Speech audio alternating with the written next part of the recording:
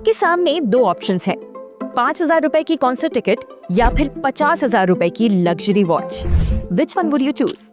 Logically तो 50,000 की watch feels like an obvious choice, but you will be surprised to know कि कई लोग लग्जरी वॉच की जगह पर कॉन्सर्ट टिकट को प्रेफर करेंगे, क्योंकि उनके लिए वो टिकट भले ही 5,000 रुपए की हो, लेकिन कॉन्सर्ट का वो एक्सपीरियंस प्राइसलेस है। और इस तरह की थिंकिंग दिन पर दिन पॉपुलर होती जा रही है। Sound strange? Welcome to the experience economy. Maroon 5, Green Day, Bryan Adams, Dua Lipa, Coldplay, Guns and Roses. हाल ही में हुए ये सभी कॉन्सर्ट्स इंडिया की बूमिंग एक्सपीरियंस इकोनॉमी का एक प्राइम एग्जाम्पल है। And this boom is hardly a surprise. आज का इंडिया रिलेटिवली यंग है, जहां पर देश की आधी पॉपुलेशन अंडर 30 है, digitally connected, ambitious, and increasingly driven by one pursuit: moments that matter. Coffee tastings, skydiving reels, live gigs, चाहे कुछ भी हो, anything that says I was there. Pine and Gilmore ने ये कहा है कि businesses now orchestrate memories, not just sell goods. यानी अब प्रोडक्ट से ज्यादा उसकी फील बेची जा रही है, और ब्रांड्स भी अब ये समझ गए हैं। इंडिया में ये शिफ्ट सिर्फ कल्चरल नहीं है, इकोनॉमी को भी शेप कर रहा है। कॉन्सर्ट से सिटीज की जीडीपी बूस्ट हो रही है, ट्रैवल से जॉब्स क्रिएट हो रही हैं, and digital platforms are spawning new industries.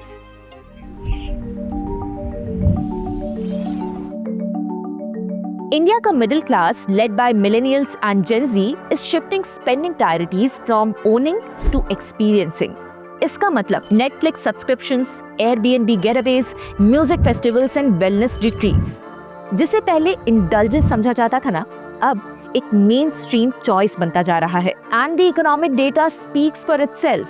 इस ओवरऑल कॉन्सेप्ट का एक बड़ा बेनिफिशियरी है इंडिया का ट्रैवल एंड टूरिज्म सेक्टर। आज इंडिया में travel economy is 7% of our GDP, लेकिन ये ग्लोबल ट्रेंड को मैच करके 10% तक जा सकता है, क्योंकि डोमेस्टिक हॉलीडेज पे लोग स्पेंड कर रहे हैं। Rest and rejuvenation is important, ऐसे सेंटिमेंट्स चल रहे हैं। Ayurveda, yoga retreats, spa vacations, इन सब की डिमांड हाई है। Weekend escapes, heritage walks, food trails, wellness retreats, इन सब ने ट्रेडिशनल वेकेशंस को रिप्लेस कर दिया है। पुणे से महाबलेश्वर, दिल्ली से Rishikesh is becoming a weekend thing now. Adventure spaces भी ग्रो कर रहा है। Ladakh biking, Goa paragliding, wild life safaris. Government भी ई वीजा स्ट्रीमलाइन कर रही है, रोड एंड रेल कनेक्टिविटी पे फोकस कर रही है to support domestic and international travel. पिछले कुछ सालों में मलेशिया, फिलीपींस, थाईलैंड, श्रीलंका जैसे कंट्रीज इंडिया के लिए वीजा फ्री हो जाने से भी इस ट्रेंड को काफी बूस्ट मिला है। But are people only travelling for vacations और getaways? No. You might be surprised to know कि कई लोग एड शीरन या फिर टेलर स्विफ्ट जैसे आर्टिस्ट्स के लाइव इवेंट्स के लिए भी ट्रैवल कर रहे हैं। This is a huge catalyst in this economy. In fact, 2023 में जब टेलर स्विफ्ट के ग्लोबल टूर से लोकल इकोनॉमीज को travel, hospitality and retail purchases से एक सिग्निफिकेंट बूस्ट मिला था, तो एक्सपर्ट्स ने इस फेनोमेनन को एक नया टर्म दे दिया, calling it Swiftonomics. According to Book My Show, India में लाइव इवेंट्स का market can go up to whopping 1.43 lakh crore rupees by 2026. 2024 में इंडिया ऑर्गेनाइज 26,000 से ज्यादा कॉन्सर्ट्स एंड शोज। अहमदाबाद में Coldplay concert generated a total economic impact of 641 crore rupees. Then you add your bigger festivals like Sunburn, Lollapalooza, Comic-Con. This attracts brand sponsorships worth thousands of crore. Then IPL matches drive intercity travel, boosting local tourism and hospitality.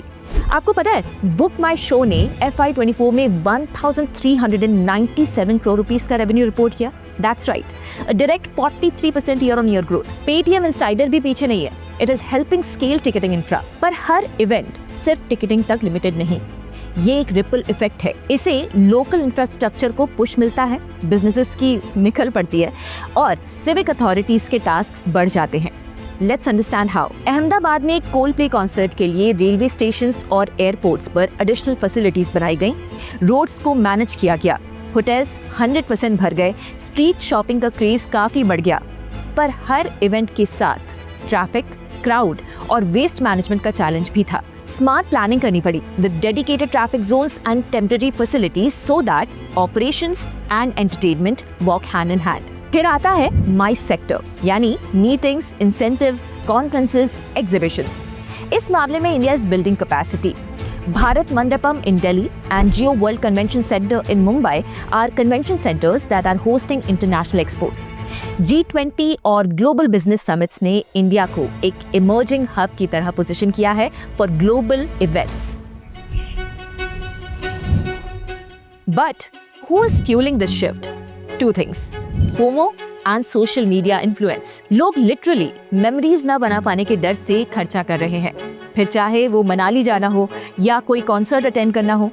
If it is a story worth posting, then it is worth spending your money on. और Instagram is the new scrapbook. इसके साथ travel, food, music, wellness, these are its chapters. लोग अपने experiences Instagram पे दिखाने के लिए #travel goals set कर रहे हैं। टेक्नोलॉजी ने तो एक्सपीरियंस इकोनॉमी को टर्बोचार्ज कर दिया है। डिड यू नो आईटीसी ने कुंभ मेला में एक ऑगमेंटेड रियलिटी कैंपेन बनाया था, जिससे लोग घर बैठे AR और 360 वीडियो से गंगा स्नान का एक्सपीरियंस ले पा रहे थे। Talk about immersive take.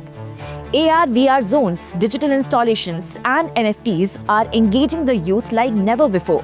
With experience economy on the rise, cities एक cultural landscape बनते जा रहे हैं। पब्लिक स्पेसेस में इवेंट्स के लिए प्लानिंग होती है। मुंबई के रेस कोर्स में म्यूजिक कॉन्सर्ट्स, जयपुर के फोर्ट्स में heritage festivals. But the pressure is real. Infrastructure bottlenecks, waste generated from mass gatherings, noise pollution and increasing carbon footprint. इसलिए स्मार्ट प्लानिंग इज इंपॉर्टेंट। कुछ smart cities dedicated event corridors बना रहे हैं, garbage segregation zone set कर रहे हैं। India के urban planners अब कल्चरल इवेंट्स को सिटी लाइफ का हिस्सा मान रहे हैं।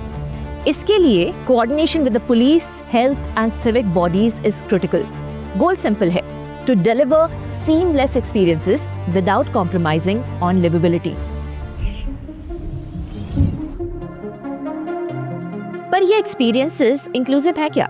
दिलजीत दोसांझ का दिलमनाती कॉन्सर्ट, जो कि मल्टीपल सिटीज में हुआ था, उसके prices were in range of 2500 rupees to 20,000 rupees and the tickets sold out in just a few minutes. तो इन एक्सपीरियंस में the average ticket price is in thousands, starting from a minimum of 2,000 rupees and going even up to 50,000 rupees. This straight up means it is only for people belonging to a certain income group. Luxury festivals और high-end resorts हर कोई afford नहीं कर सकता. So yes, rural and middle class Indians may not be participants in this, but can definitely benefit if their city or town is linked to such events. And हर एक बड़े event से carbon footprint भी बढ़ता है। Flights, generators, plastic use, sustainability आज top concern है। Attendees की सुरक्षा भी। Crowd control is a big task, इसलिए medical facilities और emergency plans are mandatory. And then her city बड़े events handle नहीं कर सकता। Remember, a famous Punjabi singer said, India doesn't have the infrastructure to host events. Well, that is debatable, but will only get better with time. तो yes, experience economy India के लिए एक नया spectrum खोल रहा है। ट्रैवल, कॉन्सर्ट्स, वेलनेस, एडवेंचर सब कुछ बूम कर रहे हैं।